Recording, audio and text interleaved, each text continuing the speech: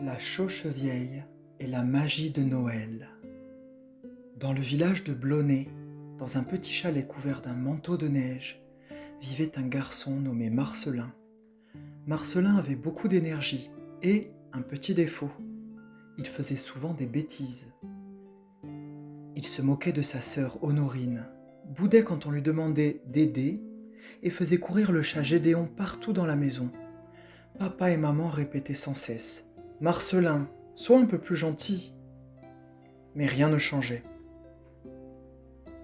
Pourtant Noël approchait. Les lumières brillaient dans le village, les maisons sentaient la cannelle et tout le monde parlait du Père Noël.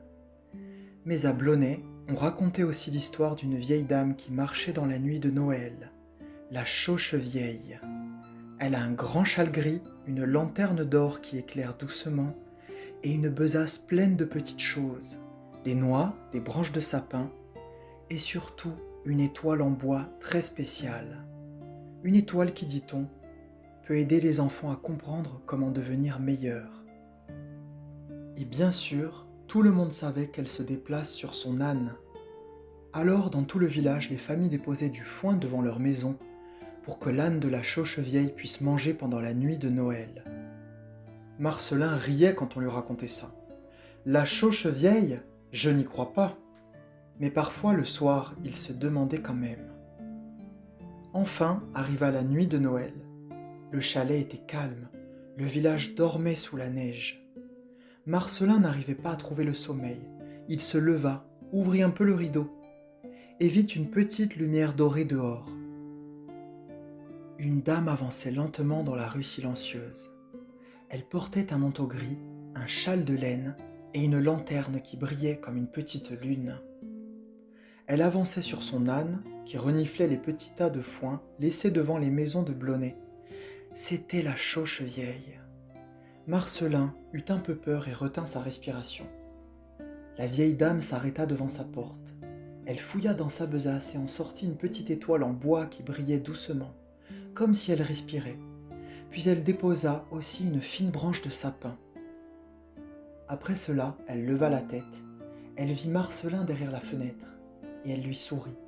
Un sourire calme et tendre qui semblait dire « Regarde bien cette étoile, mon petit, elle t'aidera à devenir meilleur. » Puis la Chauche-Vieille remonta sur son âne et repartit dans la neige. Le matin de Noël, Marcelin ouvrit grand la porte. La branche sentait bon la forêt.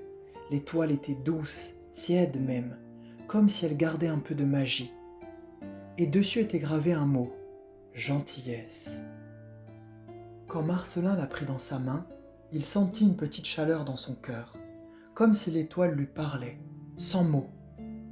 Il pensa à sa sœur Honorine, à papa et maman, au vieux Gédéon. Alors il essaya, il dit pardon à sa sœur.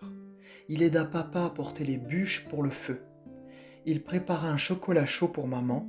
Il joua doucement avec Gédéon. « Oh Marcelin, tu es si gentil aujourd'hui, dit maman étonnée. Marcelin serra l'étoile de la Chauche-Vieille contre lui. « C'est grâce à quelqu'un qui est venu cette nuit, murmura-t-il.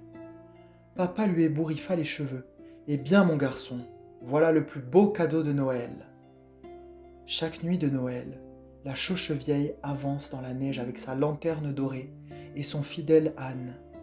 Parfois, elle laisse une étoile magique devant une porte, une étoile qui n'éclaire pas le ciel, mais qui éclaire le cœur des enfants.